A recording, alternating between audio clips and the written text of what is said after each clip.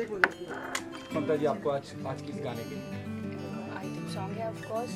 Item song हमेशा happiest moment में आते हैं। मूवी का जब हैप्पीएस्ट मोमेंट होता है तभी उसे एंजॉय किया जाता है। एंड आई गेस ये भी एक उसी प्रकार का नंबर है और मेरी बस ख्वाहिश ये है कि लोग उसे एंजॉय करें। ममता जी, क्या लगता है कि आइटम सॉन्ग से आपका एकदम नाता जुड़ गया, यानी जब ममता नाम लिया जाता है तो लगता है कि बस फेविकोल नाम होनी बदनाम होनी। अच्छा है ना, आइटम सॉन्ग्स में ममतामयी आइटम सॉन्ग आ गए हैं अभी। So I feel good, I feel great कि लोगों की खुशियों में शामिल होने का मौका मिलता है इन गानों के थ्रू। प्लस मूवी में भी आई थिंक जहाँ पे सबसे हाईएस्ट सेलिब्रेशन होता है वहीं उसी पॉइंट पे मूवी में भी आइटम सॉन्ग आता है।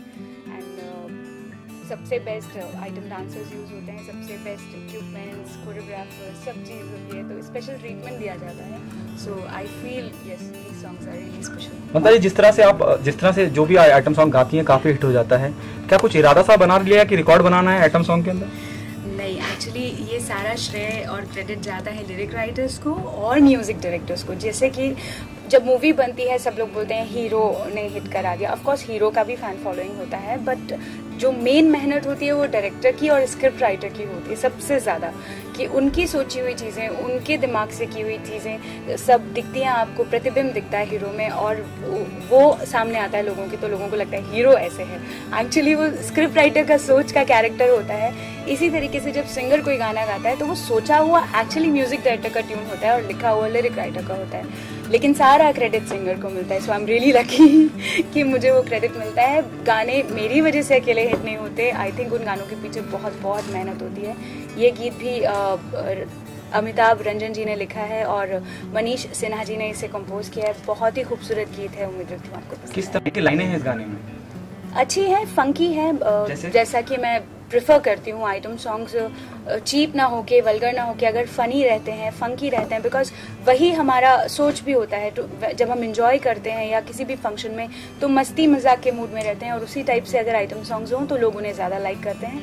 इस गीत में भी कुछ ऐसा ही है कि मैं तो समझी थी हाई फाई, तू तो चिंदी चोर निकला, something like that. And it's a beautiful number, I think. देखिए ममता जी, गाना आप गाती हैं, सिंगर्स गाता है, म्यूजिक डायरेक्टर का उसमें बहुत बड़ा योगदान होता है, लेकिन जब गाना फिल्माया जाता है खूबसूरत हमारी हीरोइंस पे बॉलीवुड की, तो वे आपस में टकराती हैं। जब भी दो फिल्में आती है, जो आगे पीछे आ रही है, दोनों में आइटम सॉन्ग हो, तो आखिर में बात चलती है कि करीना आप इस पे करेगी या ऐश्वर्या करेगी, ऐसे क्यों होता है? क्या आखिर ये कॉल तो डायरेक्टर का कॉल है, राहुल जी से पूछना जी। आई थिंक ये सवाल हमारे जो मूवी के डायरेक्टर हैं राहुल पंडित जी, लेकिन सिंगर का काम होता है कि गाने को अच्छे से सजा दे और स्क्रीन पे वो गाना कैसे सजाया जाए वो डायरेक्टर का काम है। तो आई थिंक हम गाने को सजाने की इस वक्त प्लानिंग कर रहे हैं। ममता जी, आप मानती हैं कि आइटम सॉन्ग होने से फिल्म हिट साबित होती है? क्योंकि आजकल बड़े बड़े डायरेक्टर और बड़ी बड़ी हीरोइन जो है, जो प्रियंका चोपड़ा हाल ही फिलहाल में एक पिक्चर के लिए उन्होंने 2.5 करोड़ पे, मतलब सबसे महंगी हीरोइन साबित हुई है आइटम सॉन्ग के लिए। तो आप मानते हैं कि मतलब ये जो ट्रेंड बदला है, मुन्नी बदनाम से सर आपने बदला है,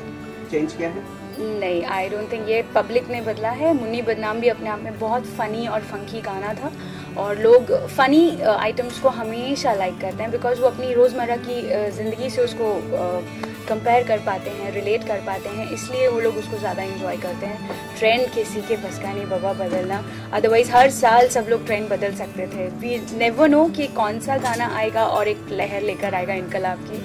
तो इसलिए गाना बनता है, गाना अच्छा होना चाहिए, मूवी अच्छी होनी चाहिए। ऑफ कोर्स आइटम नंबर गाने अगर होते हैं मूवी में तो मूवी को बहुत बाउंस मिलता है, but again it depends on the lyrics, on the composition, on the picturization of the song. तीनों चीज़ें काफ़ी मायने रखती हैं। ममता जी, आपने कई सारे आइटम सॉन्ग्स गाए हुए हैं, तो आपको ऐसा कोई आइटम सॉन्ग जो ऐसे हीरोइन के ऊपर आप पिक्चराइज करना चाहते हो, ऐसे कोई बॉलीवुड की हीरोइन? अभी तो बहुत सारी हैं मैंने गिनती के 2 या 3 लोगों के लिए अभी तक गाया है जो पिक्चराइज्ड है। मलाइका मैम के लिए गाया है, करीना के लिए गाया है, अभी रिसेंटली जंजीर में गाया है फॉर प्रियंका चोपड़ा।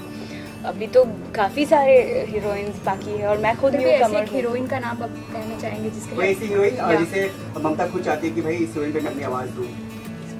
सब, आई थिंक कोई एक नहीं है। I really love everyone. मुझे जब सब पे आवाज़ आएगी तभी तो मैं डिसाइड कर पाऊंगी कि मेरी आवाज़ किस पे सबसे ज़्यादा अच्छी लगती है। सो आई थिंक अभी तो सबके लिए गाना है। आइटम सॉन्ग के अलावा भी जो गाने होते हैं वैसे भी गाने मतलब आपके आइटम सॉन्ग तो सभी हिट होते हैं, लेकिन जो आइटम सॉन्ग के अलावा जो गाने होते हैं तो उस तरह की गाने की तैयारी करें कि मतलब वो गाने भी मेरे हिट हो, उससे भी मेरी पहचान बने? कोई सिंगर पहली बात तो डिसाइड नहीं करता कि हम सिर्फ आइटम सॉन्ग गाएंगे या सिर्फ मेलो गाएंगे। ये डिसीजन सब लोग मिल के लेते हैं। I think director, producer, heroine, hero सब लोगों का पर्सनल डिसीजन होता है कि भाई ये सिंगर की आवाज़ आइटम्स में अच्छी लगती है, ये सिंगर की आवाज़ मेलो में अच्छी लगती है।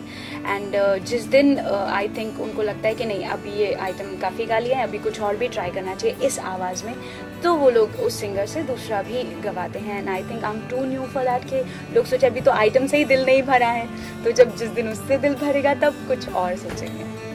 सिंगर आप मानते हैं कि आपका किसी से कंपटीशन है सिंगर में? सिंगर्स का कभी कंपटीशन नहीं हो सकता भाई। मूवीज़ का हो सकता है, हीरो हीरोइंस का हो सकता है, लेकिन सिंगिंग में कभी भी कंपटीशन नहीं हो सकता। मैं आपको रीज़न देती हूँ। आवाज़ें सब अलग हैं। अगर एक सी आवाज़ हो तो आप एक ही गाना सबको देख के अलग अलग गवा के पता कर सकते हैं कि भाई आवाज़ तो सेम है, किसने अच्छा गाया, किसने बेटर गाया। लेकिन जब आवाज़ें अलग अलग हैं और सबकी आवाज़ अच्छी लगती है तो आप कैसे डिसाइड कर पाते हैं कि ये वाला ज़्यादा अच्छा है?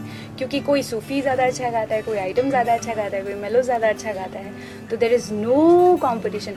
कॉम्पोजिशंस में कॉम्पिटिशन है कि किसकी धुन अच्छी है या किसके लिरिक्स अच्छे हैं, इसमें कॉम्पिटिशन हो सकता है, बट आवाज़ों में नहीं।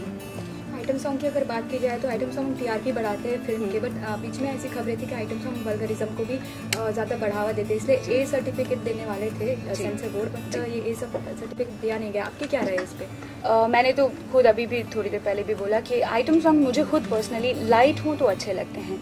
मुझे नहीं लगता कि आपको आइटम सॉन्ग्स को वल्गर करने की ज़रूरत पड़ती है, बिकॉज हिंदुस्तान में ही नहीं, आई थिंक पूरी दुनिया में कोई भी लाइक नहीं करता कि कोई चीपो गाने पे ज़्यादा नाचे या वल्गर गाने पे ज़्यादा नाचे। Everyone wants a decent song. जब पार्टी चलती है वहाँ दादा दादी भी होते हैं, वहाँ छोटे छोटे बच्चे भी होते हैं, तो अगर फ़नी होता है, अगर फंकी होता है, छेड़छाड़ वाला होता है, नटखट होता है, वो सब चलते हैं। लेकिन जहाँ वल्गैरिटी आ जाती है वहाँ कहीं ना कहीं उस पर ब्रेक जैसा लग जाता है इनफैक्ट। तो आई डोंट थिंक कि बहुत ज़्यादा ग्लैमरस होना ज़रूरी है, गाने का फंकी और फ़नी होना बहुत ज़रूरी है। मंदा जी, आपके आइटम सॉन्ग को छोड़ के बाकी जो आइटम सॉन्ग है बॉलीवुड के, उसमें से आपका फेवरेट कौन सा सॉन्ग है? मुझे बलमा बहुत पसंद है। श्रेया ने इतना प्यारा गाया है वो, आई जस्ट लव। मैंने कभी एक्सपेक्ट नहीं किया था कि she has a different side to it all together, and वो बहुत अच्छा है। तो कुछ दो लाइन होती है मैं मेरी आवाज़ में अजीब लगेगा तो, because I am a fan of Shreya for that song. Like fire brigade मंगवा दे तू अंगारों पर है अरमां ओ बलमा, that's it, only this much. अच्छा, जाते जाते ये एल्बम का भी आप जो अभी रिकॉर्ड करें उसके भी गाना गा दीजिए। बिल्कुल, डेफिनेटली। गाना है मैं तो समझी थी हाय फाय, तू तो चिंदी चोर निकला, चिंदी चोर निकला। This is song. Thank you so much. Pleasure.